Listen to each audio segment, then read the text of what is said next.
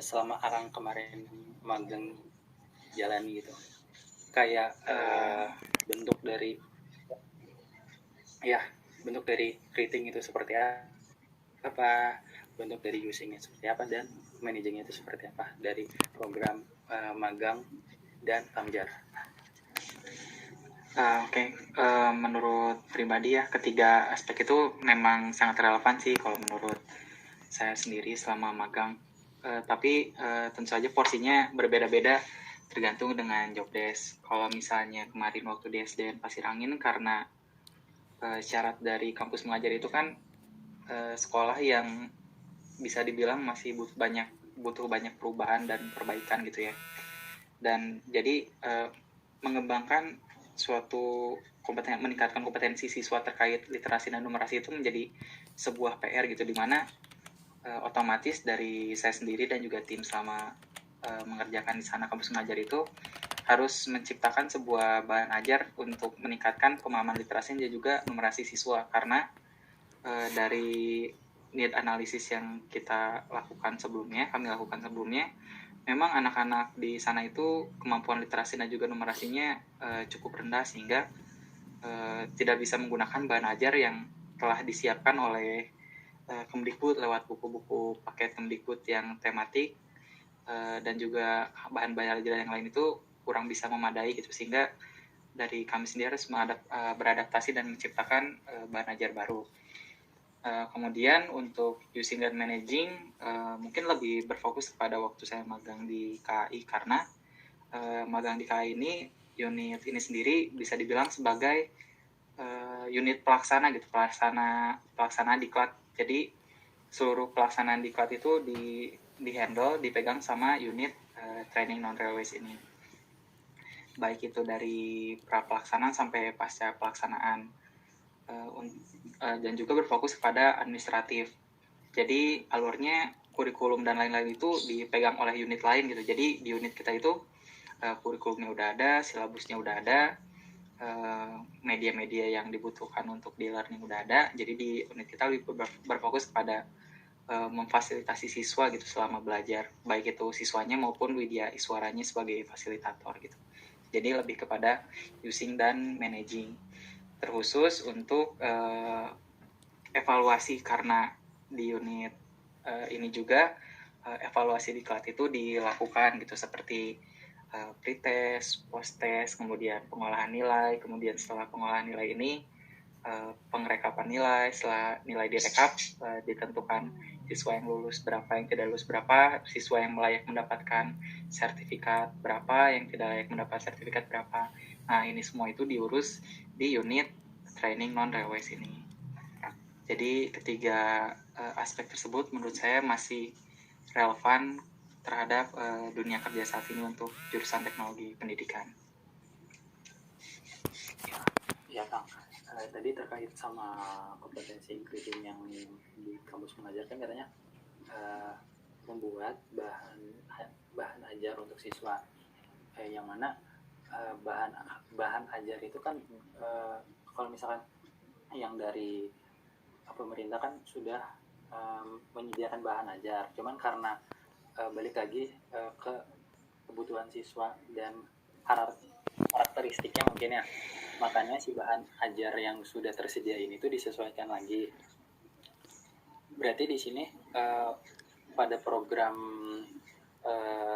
kampus mengajar ini akan berfokus untuk penyediaan bahan ajar aja, atau kayak dalam pelaksanaannya juga kayak masih didampingi, kayak enggak benar-benar dilepas buat megang kelas itu, buat melakukan proses belajar mengajar gitu.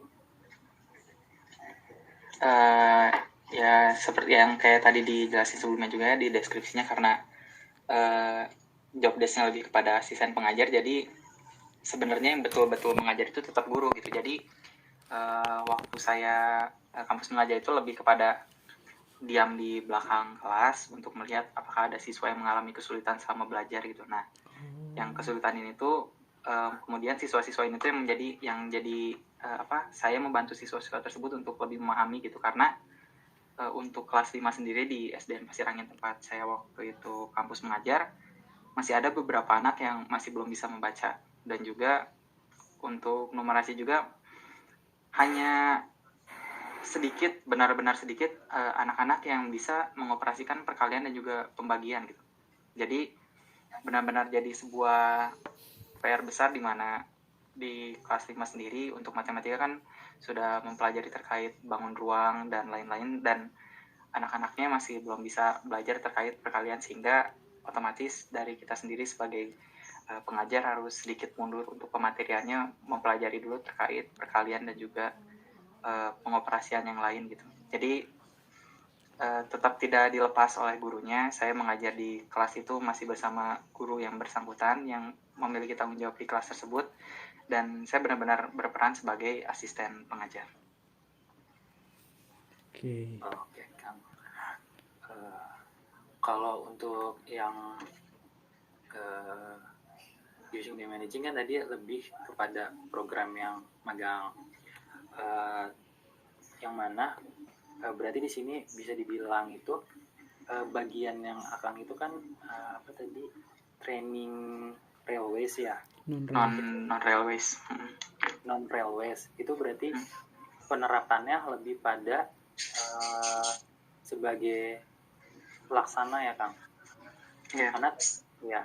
Karena tadi kan sempat juga nanya ke Kang Peter, katanya dia tuh bagian divisi kurikulum atau unit kurikulum sarana dan prasarana, yang mana job desk itu kan katanya itu menyusun kurikulum, silabus kurikulum di kelas, sama ngelakuin quality control kurikulum. Berarti setelah dari penyusunan kurikulum yang sudah dirancang di bagiannya Kang Peter ini, si kurikulumnya itu diterapkan atau dilaksanakan di bagiannya Kang Fadil ini ya, di training on railways. Ya, betul.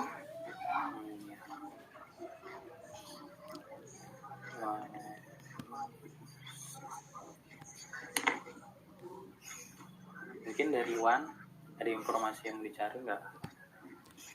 Iya, tadi kata Akang di saat Akang mengikuti kampus mengajar kan lebih berfokus menjadi asisten ya, dan juga membuat bahan ajar gitu. Nah, tantangan dan hambatan mungkin yang dialami Akang saat membuat bahan ajar tersebut gimana Kang? Atau saat sebagai asisten juga? Untuk bahan ajar dulu ya, mungkin untuk bahan ajar dulu yang jelas keterbatasan prasarana dan juga sarana ya, karena bahan ajar sendiri mungkin cukup sulit ya kalau misalnya kita mengandalkan bahan ajar yang bahan ajar sederhana gitu, media sederhana, karena media sederhana sendiri kan walaupun ya dengan namanya yang sederhana, penyusunannya tidak sesederhana itu gitu. Yeah. Dan juga nggak bisa digunakan secara berkali-kali, berbeda dengan yang dibuat secara digital. Nah, oleh karena itu kenapa salah satu yang menjadi kendala adalah keterbatasan device itu sendiri yang menjadi salah satu permasalahan, karena sebenarnya kita juga lebih memanfaatkan juga beberapa website yang disediakan oleh Kemdikbud seperti Rumah Belajar dan juga salah satu website untuk latihan AKM, sekarang namanya ASN kalau nggak salah, AKM dulu namanya. Nah, website ini tuh untuk melatih literasi dan juga numerasi siswa gitu ya, untuk yang sebagai misi itu tadi. Nah, namun karena keterbatasan device juga, jadi nggak setiap siswa tuh hanya mendapatkan waktu yang sedikit gitu untuk belajar terkait hal itu gitu. Jadi pengalaman belajarnya tidak terlaksana secara maksimal karena device yang terbatas, sehingga pemakaiannya harus bergantian gitu antara siswa, ataupun kalau tidak bergantian juga dipakainya sebagai contoh satu laptop dipakai untuk 3 atau 4 siswa sekaligus gitu, seperti itu. Yeah. Terus untuk asisten pengajar sendiri seperti yang tadi udah disebutkan, kompetensi siswa, karena tahun saya kampus mengajar itu tahun 2019 semester 2 tahun 2019, di mana 2020 semester 2 semester 2 di mana kondisinya siswa sudah WFH selama kurang lebih 2021 semester 2 di mana kondisinya siswa sudah WFH sebanyak sekitar 1,5 tahun kurang lebih, sehingga banyak siswa yang mengeluh sudah lupa dengan materi yang dipelajari gitu. Jadi yang jadi kendala juga lebih kepada kondisi siswanya sendiri sih. Jadi yang tadi seperti disebutkan masih sedikit siswa yang bisa perkalian 1-10, kemudian pembagian masih banyak yang kurang paham, kemudian masih juga ada beberapa anak yang masih belum bisa baca tulis di rentang kelas 5, di mana menurut saya itu cukup tidak wajar ya untuk di kelas 5 itu sendiri. Kemampuan baca tulis memang belum menjadi sesuatu kemampuan yang dimiliki oleh siswa gitu. Nah, itu menjadi kesulitan sebenarnya untuk dari internal sendiri tidak ada ya, dari saya sendiri mungkin lebih kepada siswanya itu sendiri sih yang menjadi hambatan gitu mungkin dalam belajar mereka. Ya. Oke. Mengenai bahan ajar sederhana, kalau boleh tahu produk apa saja yang sudah Kang buat ya mengenai bahan ajar sederhana ini selama mengikuti kampus mengajar? Mungkin kalau yang sederhananya yang kita pakai itu salah satu contohnya satu selembaran gitu yang ada isinya perkalian 1-10, 1x1, 2x2, 3x3, dan juga gambar-gambar lain yang kita kami beli, kemudian kami tempelkan di kelas gitu. Jadi untuk membantu siswa-siswa itu sendiri untuk ya setidaknya membaca dan juga menghafal terkait perkalian tersebut. Dan kemudian setiap selesai proses KBM itu kami coba untuk mengetes siswa gitu. Syarat untuk pulang itu harus bisa perkalian berapa gitu. Okay. Seperti itu sih. Untuk sederhananya mungkin nggak benar-benar kita buat, tapi menggunakan media-media yang ada gitu. Oke. Ya. Pertanyaan selanjutnya mungkin ya. Menurut Akang kan di program yang Akang ikuti yaitu kampus mengajar dan magang bersertifikat, kompetensi Tekpen yaitu creating, using, dan managing itu dibutuhkan ya, memang sangat dibutuhkan dan sangat relevan dengan job desk yang Akang dapatkan. Nah, lalu ada nggak sih Kang kompetensi lain yang sebenarnya dibutuhkan di job desk Akang tetapi belum Akang pelajari selama di Tekpen gitu Kang? Mungkin kalau misalnya berbicara seperti itu, mungkin salah satu hal yang mungkin saya akan sebutkan adalah soft skill ya, karena soft skill itu sendiri kan tidak dipelajari semasa kuliah ya, namun soft skill itu juga menjadi salah satu kemampuan yang menurut saya penting gitu. Mungkin sederhananya kemampuan 4C, di mana 4C itu sendiri selalu ada gitu dalam job desk sehari-hari saat bekerja gitu, baik itu critical thinking, communication, kreatif, sama satu lagi apa ya, kreatif, critical collaboration, kolaborasi. Nah, 4 itu tuh menjadi menurut saya menjadi kemampuan yang terkadang lebih penting dari hard skill itu sendiri gitu, dari kemampuan saya menciptakan bahan ajar, untuk managing dan juga mengolah data seperti itu mungkin penting, namun menurut saya soft skill ini menjadi syarat awal gitu untuk tercapainya bisa memaksimalkan potensi hard skill yang saya miliki gitu. Jadi bisa dibilang kalau soft skill itu menjadi salah satu skill yang harus dimiliki oleh setiap teknolog pendidikan gitu, karena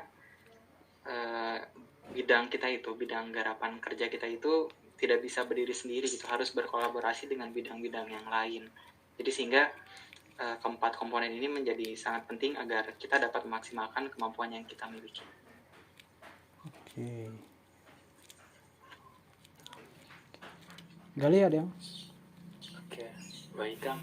Tadi kan pertanyaan Iwan itu ya terkait dengan kompetensi yang belum dikuasai mungkin ya, yang di luar dari 3 kompetensi yang ada dalam definisi di sini.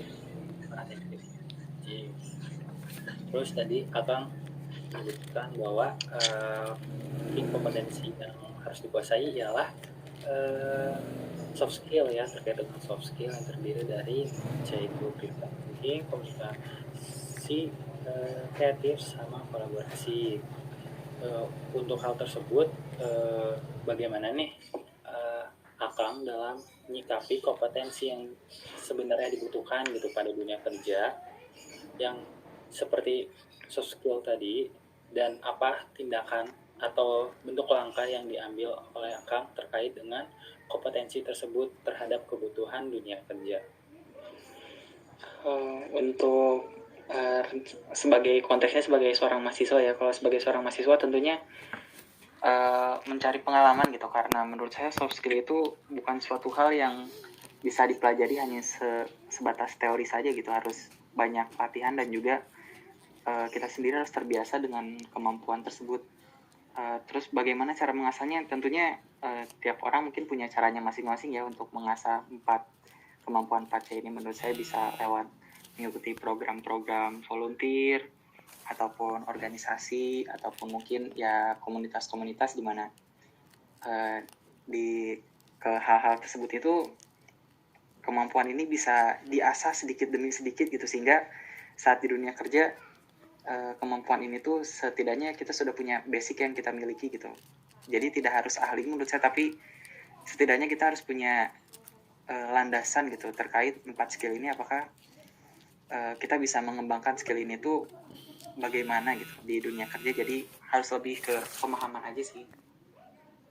Jadi lewat hal-hal yang tadi disebutin, bisa lewat volunteer, organisasi, komunitas, seperti itu. Ya, bisa ditangkapkan terkait dengan pembentukan soft skill dan diri untuk menjawab kompetensi terhadap kebutuhan kerja. Lalu apa ya? Mungkin Iwan ada lagi nggak? Oke. Mau nanya pendapat Akang nih. Kita sebagai calon lulusan Tekpen yang seharusnya sudah menguasai kompetensi tersebut seperti creating, using, dan managing, ada nggak sih potensi atau peluang lain kita untuk ditempatkan di tempat lain gitu, atau di profesi lain selain di bidang ketekpenan gitu kan? Kalau potensi selalu ada ya, mau jadi sebenarnya balik lagi ke pribadi diri kita masing-masing gitu. Selama ada kemauan untuk belajar, menurut saya nggak ada tempat yang terlalu tinggi untuk diraih gitu.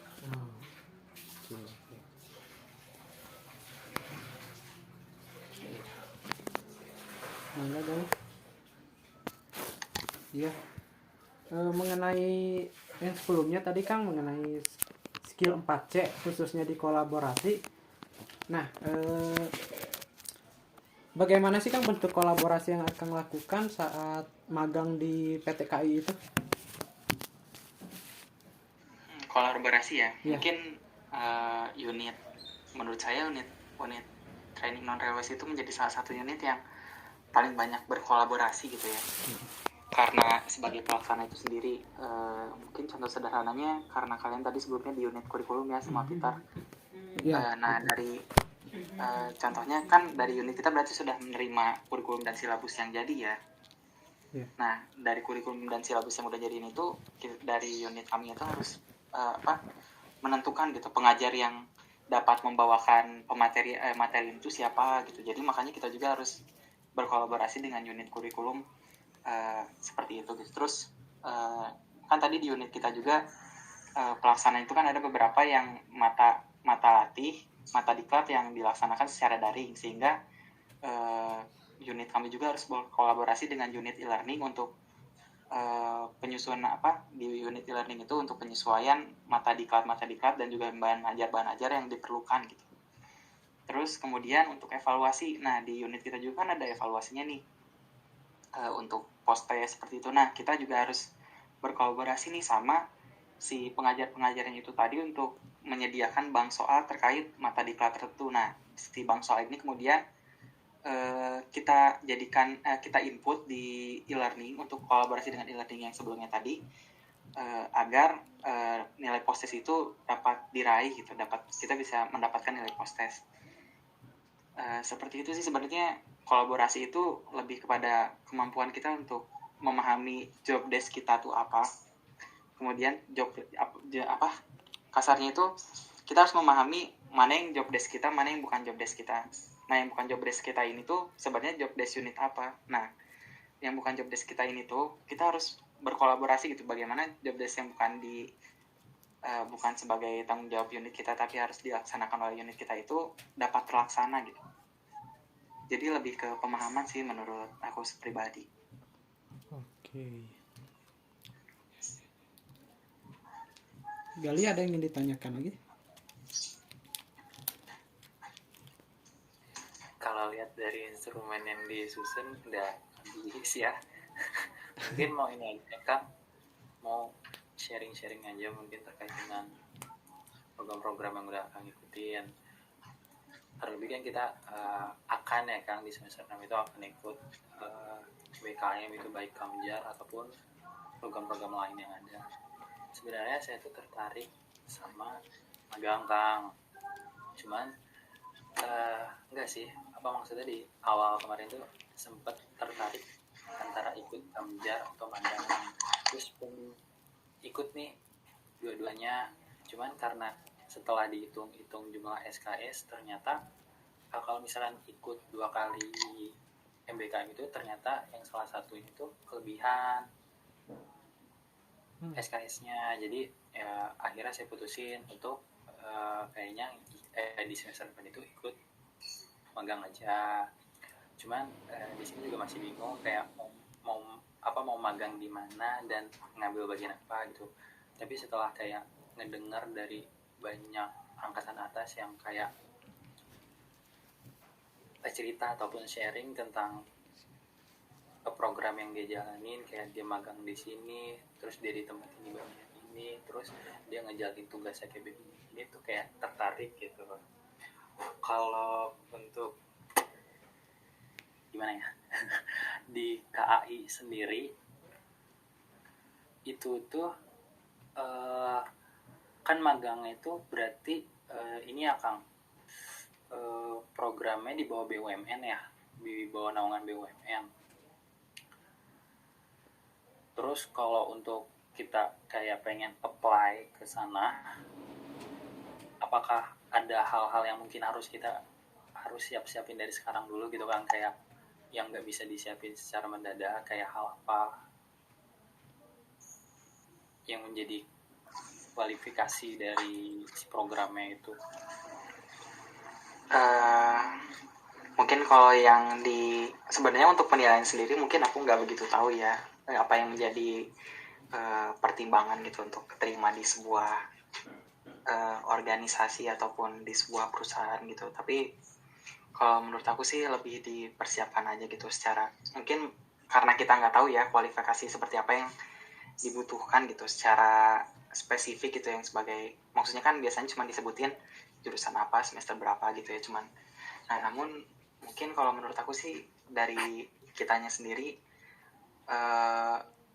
yang salah satu yang menurut aku penting itu CV ya, karena penyusunan CV itu seperti ringkasan diri gitu.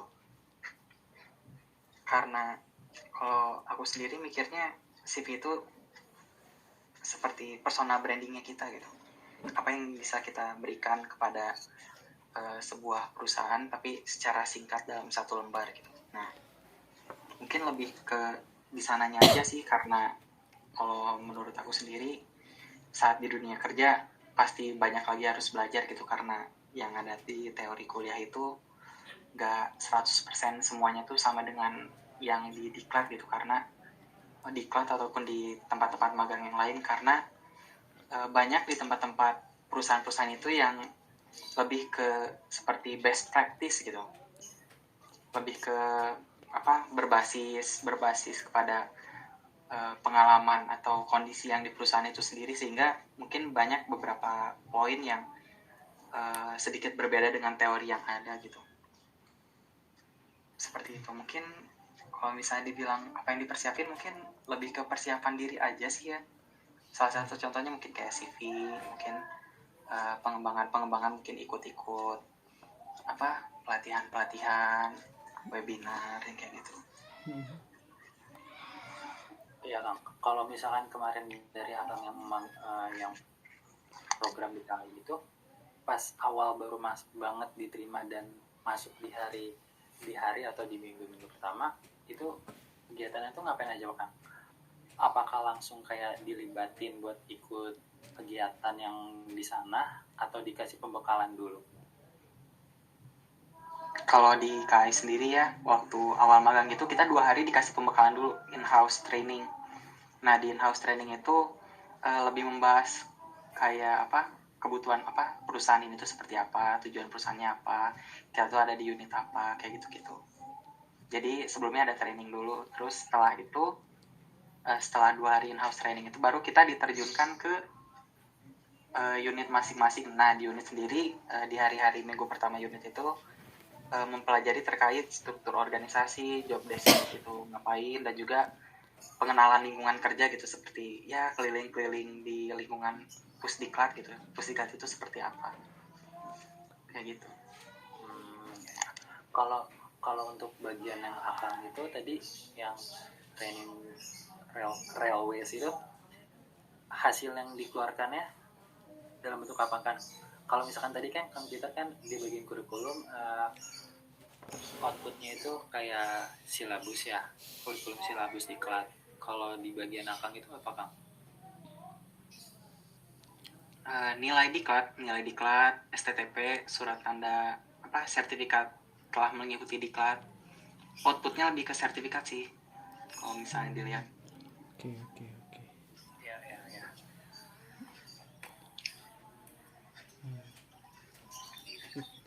Kang, oke Kang, boleh bertanya lagi? Boleh. Ya, sebagai mahasiswa yang sudah mengikuti 2 program tersebut ya Kang, kampus mengajar dan magang bersertifikat, menurut Akang mana sih program yang lebih memberikan benefit kepada Akang atau yang lebih worth it gitu untuk diikuti oleh kami yang akan segera mengikuti program MBKM juga gitu? Kalau itu mungkin kembali ke masing-masing individu ya, apa yang dikejar oleh kalian gitu. Kalau menurut aku sendiri, karena aku lebih merasa bahwa bukan orang yang cocok untuk mengajari orang lain gitu ya. Jadi mungkin setelah mengikuti 2 program tersebut, mungkin akan lebih memilih ikut program magang di KAI lagi, karena bisa melihat proses diklat secara utuh gitu. Karena kita di unit sendiri kan unit pelaksanaan, sehingga proses diklat itu kita lihat secara keseluruhan gitu. Nah, namun balik lagi, kalau misalnya konteksnya mungkin ingin menjadi seorang lulusan Tekpen yang bergelut di sekolah dasar, sekolah menengah atau sekolah dasar, mungkin lebih cocok kalau misalnya ikut ke Kamjar. Namun kalau aku pribadi, karena lebih suka hal-hal yang lebih ke administratif gitu ya mungkin, dan nggak terlalu suka terjun sebagai orang lapangan gitu, jadi lebih memilih kerja di magang di itu sih, di KAI. Balik lagi ke individu masing-masing sebenarnya kalau menurut aku. Oke. Lagi. Oke, Gali, ada yang mau ditanyakan lagi nggak? Apa ya?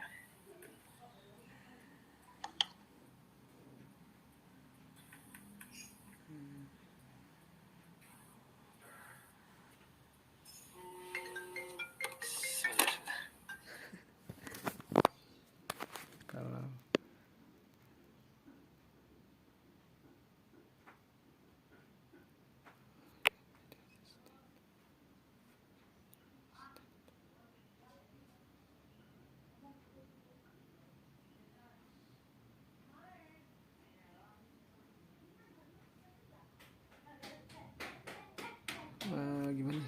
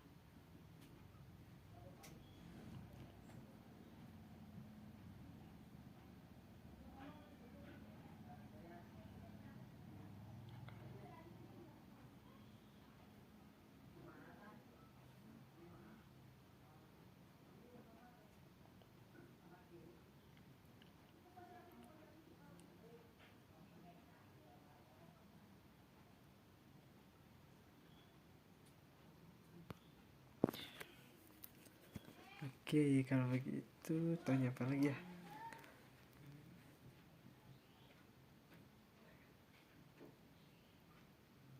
Apa lagi? Ya maaf sebelumnya ada yang nelpon. Mungkin karena pertanyaan yang sesuai dengan instrumen atau kisi-kisi yang udah kita buat, udah kita tanyakan dan sudah terjawab.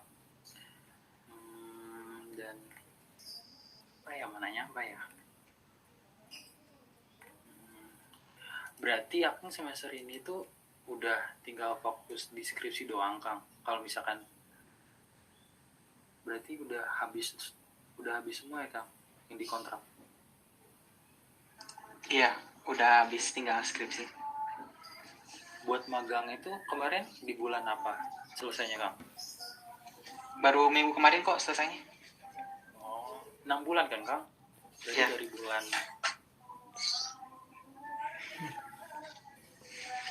mantap lah. 1,5 tahun, 3,5 tahun.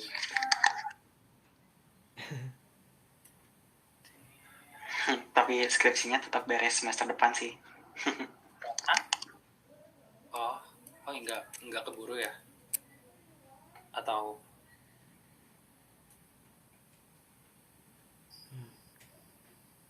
Iya, nggak keburu. kalau gue tahu bahan skripsinya apa dari kemarin program itu atau di luar dari itu, Kang? Di luar program sih. Terinspirasi gitu kayak itu program itu terus dijadiin bahan. Enggak sih, kayaknya di luar program.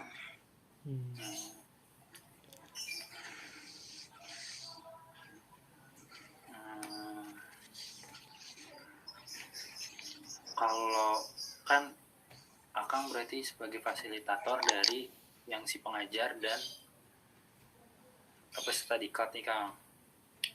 Terus tadi tuh ada hambatan yang mana hambatannya itu saat sudah pelaksanaan diklatnya katanya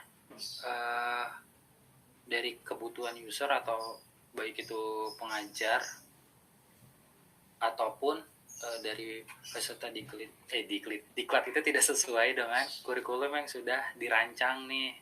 Nah itu bagaimana, Kang, kalau dari pandangan Akang atau tindakan Akang yang diambil dalam menyikapi hal tersebut? Ya, itu kan balik lagi kan dari hasil evaluasi gitu. Kan evaluasi itu menjadi bahan acuan untuk perbaikan ya. Karena siklus EDI mungkin ya, kalau mungkin sederhananya. Ya. Dari ya itu sendiri, kalau misalnya emang nilainya ada yang kurang, berarti ada satu kesalahan di diklat itu sendiri, maka perlu dilakukan analisis ulang gitu. Jadi lebih ke unit kurikulum sih mungkin untuk perbaikannya, tapi dari unit kami sendiri lebih kayak memberikan datanya gitu, mana yang harus diperbaiki gitu, kurang lebih. Berarti perbaikan ini kan berarti perlu adanya analisa ulang terhadap kebutuhan dari peserta diklat.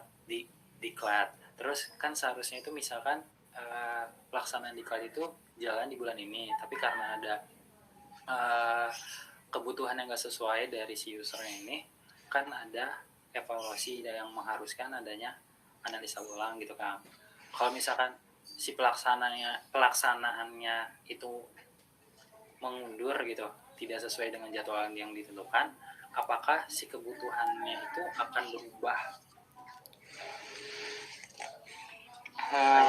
Kebutuhan yang sebenarnya diklat itu sendiri kurikulum dan silabusnya itu kan udah di programnya tuh secara tahunan gitu, diprogramkannya secara tahunan. Jadi jarang gitu misalnya ada sampai diklat itu diundur karena tanggal selama 1 tahun kalender itu udah dipersiapkan gitu diklatnya apa aja. Seperti itu sih. Ya. Dari Iwan ada yang mau ditanyain lagi tidak? Cukup sih kalau dari saya. Benar.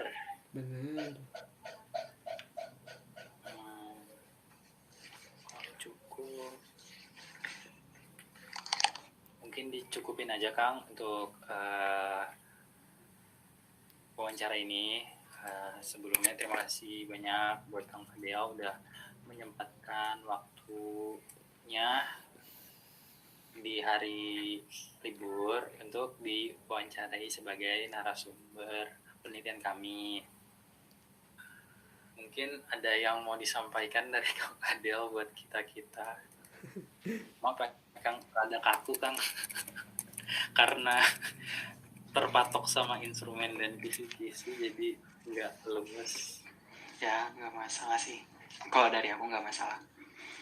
Mungkin ya itu sih kalau menurut aku, karena kalau misalnya kemampuan Tekven mah ya ibaratnya kita bisa pelajari sambil kerja gitu ya. Namun mungkin salah satu hal yang mungkin kalian harus tetap asah itu kemampuan soft skill sih, karena benar-benar kerasa gitu efeknya di dunia kerja gitu. Ya. Oke, siap Kang. Mungkin kalau nggak ada lagi, kita cukupkan saja. Sekali lagi terima kasih buat Kang Fadel. Selamat berakhir pekan. Dan untuk skripsinya lancar. Amin. Amin. Lulus tepat waktu. Amin. Amin. Dan kita ditraktir. Amin. Yang terakhir itu enggak ya. Nanti pertam gitu. Terakhir ya. Oke. Ya mungkin itu sekian dari kita Kang, dari saya Gali dan Luan. Terima kasih Kang. Terima kasih Kang. Kasih juga izin live ya. Enggak Kang. Oke, siap Kang. Oke, kasih. Sama-sama. Coba cek Wan, cek Wan. Ini si Rizal tuh udah nyampe tadi nelpon, dia banyak tanya banget, kagak satu pertanyaan, dia menanyakan 12 poin. Anjir, apaan? Nanya apaan dia? Itu cek dulu coba si recordnya. Wait. Orang juga ini sih nge-record di HP juga. Jadi kita ada 3 backup. Mane ini bisa ini enggak? Si recordannya bisa dimasukin ke Gdocs enggak? Soalnya gue malas nggak dengerin.